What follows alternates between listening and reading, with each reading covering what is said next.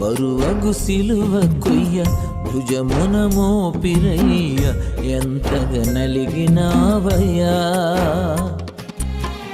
నా ప్రతి శాపం భరించుటకు, నా ప్రతి శాపం భరించుటకు కలువరి మెట్ట వరకు నడచినావయ్యా, కలువరి మెట్ట వరకు నడచినావయ్యా. బరువగు సిలువ కొయ్య భుజమున మోపిరయ్య ఎంతగా నలిగినావయ్యా.